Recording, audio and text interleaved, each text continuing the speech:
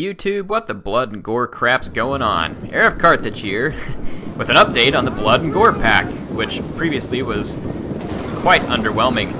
The Creative Assembly, I guess, heard the many complaints that we as a community had, myself being one of the vocal critics of it, and really wanted to see some changes made. And as you can see, some changes have been made. There's now a lot more decapitations and like disemboweling moves, and it happens with all different weapon types, which I will be showing you here briefly. And you can see that there's a lot more blood. There's more blood on the ground. It stays longer. You get more spew effects. The spew effects should be coming from where the damage is inflicted. So you can see that guy got chopped in the back, and the blood was coming out of his back, and so on and so forth. They get decapitated. The blood obviously comes out of their neck, where their head once sat.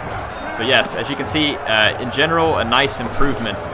And I mean, who's gonna really be upset? There are a lot of decapitations, and I mean a lot, especially on high attack units like Danax units. But whatever, who cares? And some weird things happen too. Clubs can decapitate, spears can decapitate. You know what? I guess you take it with a grain of salt. It's a massive improvement. Thank you, Creative Assembly, for listening. Let's make this type of work right here the standard going forward and everything.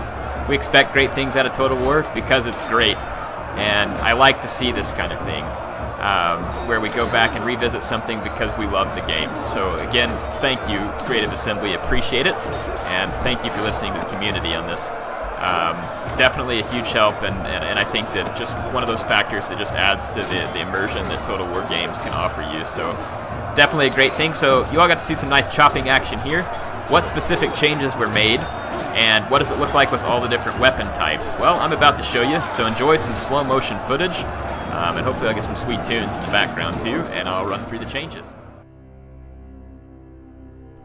Alright, so what has changed with the blood and burning hotfix that's come through here?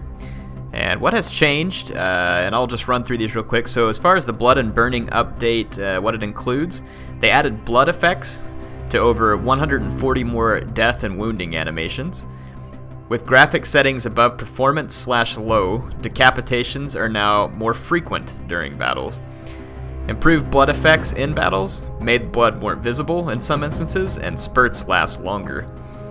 Added 14 more decapitation/dismemberment animations in battles. Blood will now spurt from the correct location when agents are killed on the campaign map. Blood will now show on top of the snow. Improved frame rate when the camera is close to burning people on the battlefield.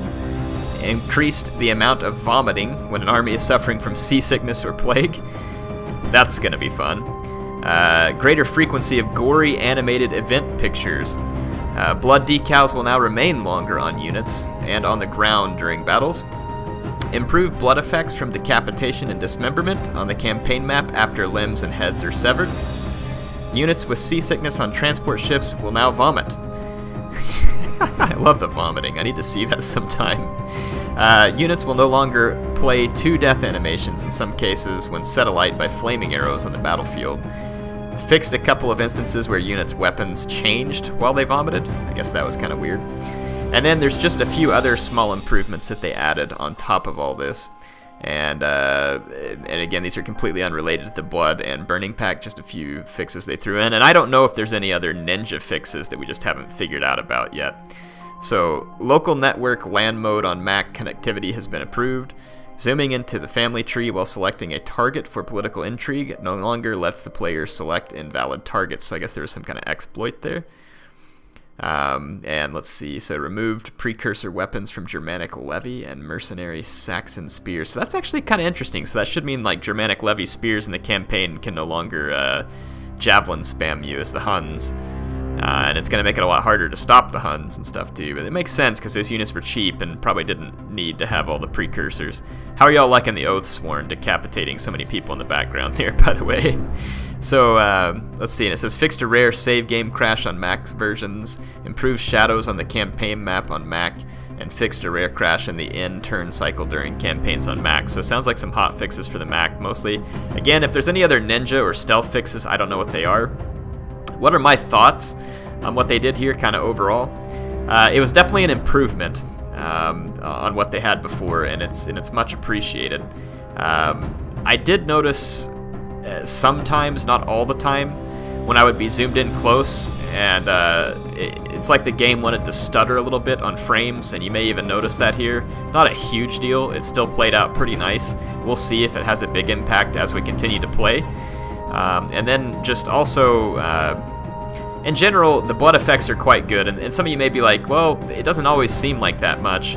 What I've noticed is that the higher attack a unit has, the more blood and gore you're going to see, the more decapitations you're going to see, and obviously the lower the attack, the longer the fight, and it takes a lot longer, and there's not as much blood and gore coming out quickly. So like when you saw the spear on spear fight earlier, it wasn't a lot of quick blood and gore, whereas in like the two-handed axe fight, there was a ton of blood and gore. And same thing with the Falx units. On the charge, there'll be a ton of blood and gore, because that's just typical for those high attack units. Where you won't see as much blood and gore is going to be on like a cav charge. They impact damage is very quick, and you're not just going to see, and you'll actually see an example of that coming up. There's not a ton. And same thing with missile weapons. You're not just going to see blood spewing everywhere when the guys get hit by missile weapons. Here I'm demonstrating that with the slingers, which is fine. I'm not asking for it to be spewing everywhere when they get hit by missile weapons. Again, overall, I think that the changes are quite good, and I'm pretty sure that for at least my taste, although it's not perfect, I think the blood and gore pack is appropriate, and I think it's worth the spend if you're into this kind of thing, as far as whether or not you feel like that improves the game. Here you can see there's a little more blood on the ground, and it'll stay longer. And then I'll get you a view from the front here, obviously, with the guys being pelted by the scatter shot slingers. So yeah, there's blood. It doesn't fly everywhere. It's not like Shogun 2 per se. Now, I liked that, but I'm not sure that style fits here. And like I said, I think this is appropriate for what they got. The blood flies from where the wound happens. Here you'll get to see some flaming shots onto these guys. I did not try out any seasickness or anything else like that, so apologize that I didn't get a chance to show you any of that, but yeah, overall, great changes. I think that it makes the, like I said previously, I think it makes the blood and gore pack worth it. Our blood and burning pack, and I think the Creative Assembly did the right thing here, going back and fixing it. It's, in my opinion, it's okay. You know, when you do something wrong, it's okay to go back and fix it, and that's appreciated very much. And to me, I think this will be a nice improvement to the game. Now, there's other things in Attila that I think still need to be addressed, but this is a good sign. It means that they listened, and as we continue to give feedback on, say, stuff like heavy cavalry that's a little bit too strong right now, and maybe a few other things, it's quite likely that our ask will be heard, and we'll hopefully see some improvements there. But I mean, again, you can see that it looks quite nice. It mixes in. We're not just seeing blood spewing everywhere. There's more blood on the ground. Overall, just seems to be an improvement to me. So I think the only stuff I have left are javelins. So let's watch what happens when you're pelting people with javelins. Again, pretty similar to what you saw with the slingers. The guys bleed some where they get hit, but there's not just like an excessive fountain of gore and blood. And just like with everything else, it stays on the ground longer. So yeah, you can see there the guy up front getting hit a bunch, kind of get a feel for what it's going to look like. And then at the very end here, I do have a charge of some heavy shot cavalry, and that'll kind of help you get a feel for what that looks like. Yep, so overall, a good improvement. I appreciate it. Definitely something I'm in favor of. If you were disappointed with it in the past and you were using a radius mod to fix it, I don't think that that's necessary anymore. I think that the blood and burning pack is in good shape. So just a quick summary, biggest changes: more blood, more gore, more decapitations, more gory animations, more vomiting, all that kind of stuff. So basically just improving what they had previously released to, I think, a point where we'll all be a lot more happy with it. So thank you. Hope you all enjoyed the video, and hope you enjoyed the footage. HeirofCarthage, signing off.